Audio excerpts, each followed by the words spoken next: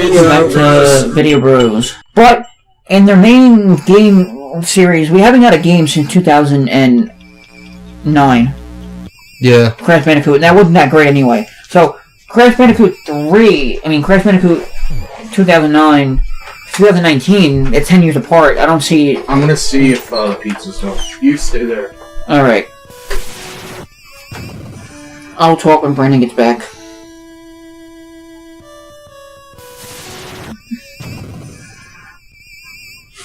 Yeah. I stopped when you left. But, like I said, I don't believe that anyone can make a good Crash Bandicoot game anymore after the Naughty Dog. Because it just been downhill from there. I mean, the only good one was Vicarious Vision when they made the one for the Game Boy Advance, which had some elements to Crash Bandicoot 1, 2, and 3 in it. A little bit here and there, but I don't believe it's any good. But, I mean, I don't believe it's like an amazing game. But, if Vicarious Vision can do what they did with Crash Bandicoot, the Insane Trilogy, and make it good with this new Crash Bandicoot game, then maybe. But, also, it was reported that, which is the weirdest thing here, is that they're planning, because the Crash Bandicoot Insane Trilogy was released on PS4 exclusively. They're planning on bringing it to PC and the Switch, but there was no mention whatsoever about the Xbox One. Which is really weird, because if you're going to release it for PC and Switch, why not just put it on the Xbox then? I don't see a problem with that. But at the same time, I feel it'd be weird to get the Insane Trilogy on a Switch, though. I feel like the graphics would be really, really heavily down. And, like, not to say that it wouldn't look any worse than the original trilogy to begin with. Yeah. It would look a lot better, trust me. But it would just be really weird going from that to the Switch. And it would sell a lot of systems, Switch systems, too. And you could take Crash Bandicoot Portable for the first time. But it's like... sometimes it's just like when a game is really needed for the Switch and a game is not needed for the Switch in terms of a port. Like, technically you can take any game you want and just say I want to port it to the Switch and it'll be done and you can sell 1 million copies of the Switch again because you know you have it portably now. But it's like it's a time. It's just like there's so many games coming out for the Switch now. It's like, wait, is this game really needed or if it's not needed? And I'm not talking about new games in development and whatnot. But it's like, if you're taking old games and remastering them again, or making a port from like a game that's been 20 years old already, and so much and so forth, like, it's like, you have to know when to say if a game's actually needed on the Switch or not. Because... you know what game definitely needs a Switch port? Of course it won't be as good, though. What? We definitely need a Hat in Time on the Switch. What do you mean it wouldn't be as good? I mean, graphics-wise, but, you know, that's to be expected. Well, I mean, if they could do what Nintendo was doing and optimize it perfectly, I don't see why not. They did Breath of the Wild pretty well. Yeah. Mario Odyssey, I don't see why not. But, did you take mine out of the oven? Yeah, I did. Okay. You just gotta put it on a plate. Okay, but, like I said, there's just so many games out now, and people are complaining, like, this is the thing, though. In any console life cycle, you're always going to start off... That's not what I wanted. You're always going to start off with like a console with very short games coming into it. But people were really, really worried about the Switch at first, about how many games it's going to have. Last time we failed miserably at this, I trained up, made some save states to get to as closest as we got in the last time we recorded for this, in the last episode, I guess. So I guess we'll make this part of that session and just add to it and everything. Since this finale is not going to be long at all. No. I never realized how eerie this music is. The Gigas music is kind of like that too so this is going to be part of the recent session we did for this, just added to it, so considering that this is not going to take very long at all. So yeah. We failed miserably last episode. And we tried our damage, I I trained a good amount. Look how high the levels are now for everybody. By the way, that's not a 1 in case, because I remember last time I recorded, that's just LV and then an L. Yeah. Like, because Pokemon does it too, where it'll say LV or LVL for like level as abbreviation during battle with the Pokemon games. Kind of strange considering Mother and the Pokemon games have a lot in common. They're pretty similar. So yeah.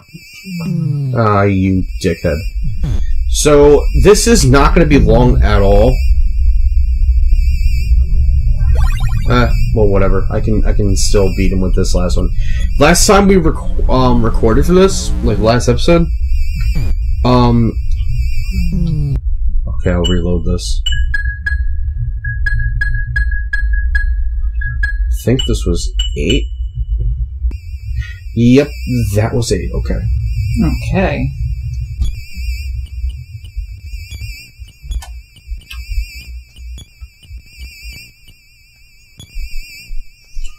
Alright. You know what needs to stop? And Konami needs to stop this. What? You need to... I know that they own Metal Gear Solid. Mm-hmm. They literally need to stop making Metal Gear Solid HD remakes and ports. They're pretty much just like, let's just use whatever assets are lying around. But remember last time we recorded last episode? Like, the closest it got to us winning was when he was saying, like, stop, and then each word he was just stop, and then next word singing, and there's just a bunch of exclamation marks, he's getting angrier and angrier. There was one more we needed after that I remember, and after that we would have beaten him. So we were really, really close last episode of beating Gigu. And right now, we are about to win. Horiba's dead, though. So now, 3 exclamation okay. I'm gonna use Revivify.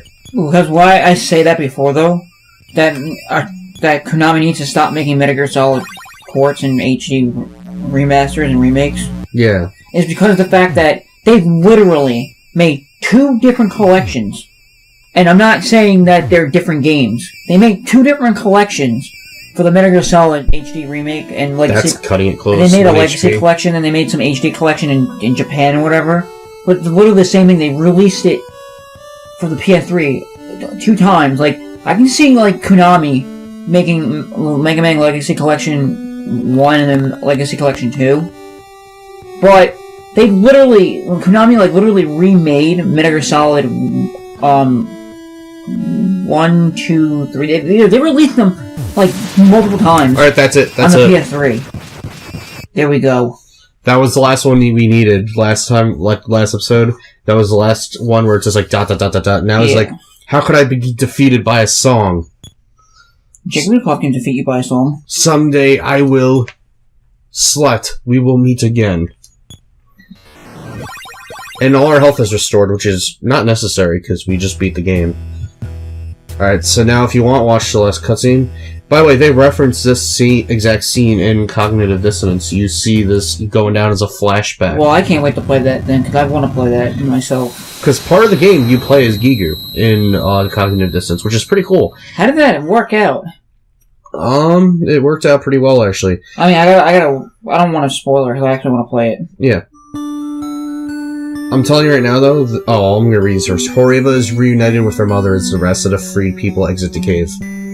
And there's actual cutscenes here. Titty, fully recovered, is now a popular singer at the live house. Well, I see why they named Titty. If it was like a club or a strip club, it would have made more sense. The reason he helped us out is because that giant robot on the mountain apparently killed his parents, so... The abducted grown-ups return to the children in Easter. Great job, kids. Like that robot that we fought in a couple episodes ago killed his parents. I'll never forget you, so I won't say goodbye, just till we meet again. So it's like... I think it was a robot, I could be wrong. Like, his parents were killed. Cunt returns to a hero's welcome at Twinkle Elementary School. They're throwing him up in the air and giving him praise instead of making fun of him for being a nerd. Which, hey, that just shows, hey, you know what? You saved the world, you're cool now. Only because you saved the world. Welcome home, slut. We're glad you made it back safe and sound. You must be famished. I forgot that I have a dog. Every game has a dog. Oh, a letter from Slut. I miss him so much. I hope we can get together again. So yeah, like, Titty helps you out because he wants to get revenge on, like, the guys that killed his parents.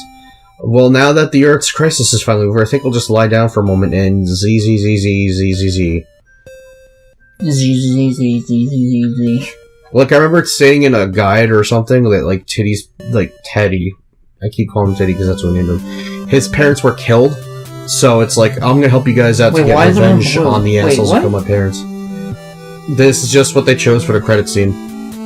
Okay, because I thought, like, they were doing something like the fourth wall shit. No. Was that a fat guy? I think that was the mayor in Podunk. That was very early on in the game. You should throw your hat on the floor. Your hat's made big compared to, like, your bed.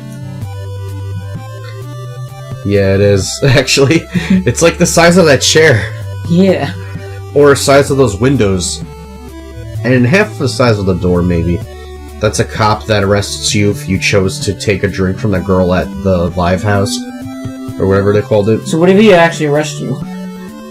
You're just in this jail at this police department, and you gotta walk out, and he confiscates your weapons, and you gotta buy them back from him, and it costs the same amount that you bought them originally at the department stores for. Oh, wow. So it's like, alright, you want these back, you gotta buy them back like you did when you first got them.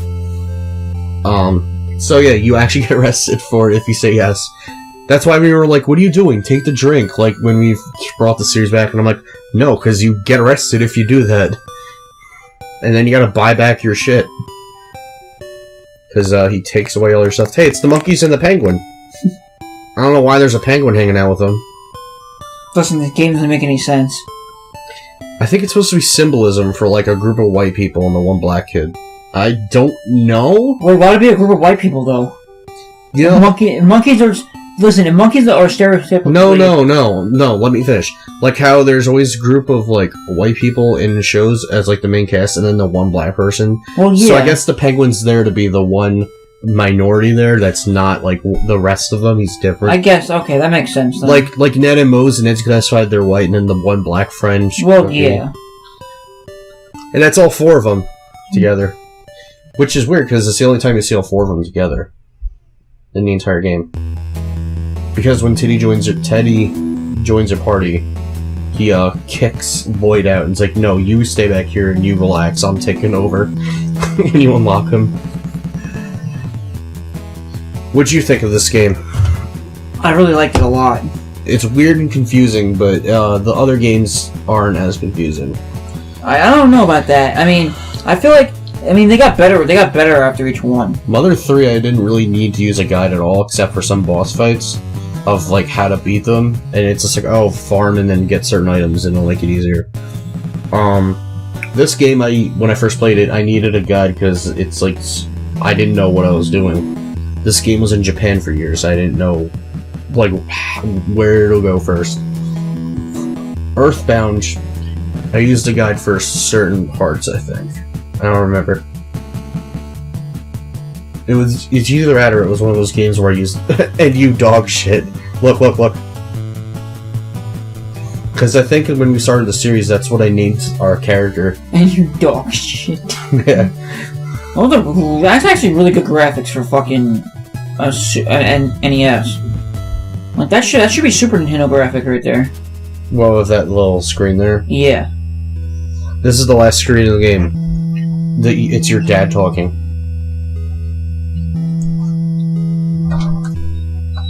Yeah. Yeah. You know the shitty PlayStation Micas I gave you when I gave you that PS4? No, I don't even think I have it. You know where you would put it? I don't have it. I don't remember ever even using it. Is this yours? Well, when I gave it to you, where do you think you would have put it? 'Cause that's probably where I would have put it in my cabinets over here, but I don't. It's just a little earpiece. It looks like a headphone. It's not like a headset. Yeah, I don't know. I gotta look. Can you just take a look for me? Yeah. Thanks. You're welcome. I don't think this is mine because I didn't like fold it up like 20 times. I don't know. No, wait, that is mine. Never mind.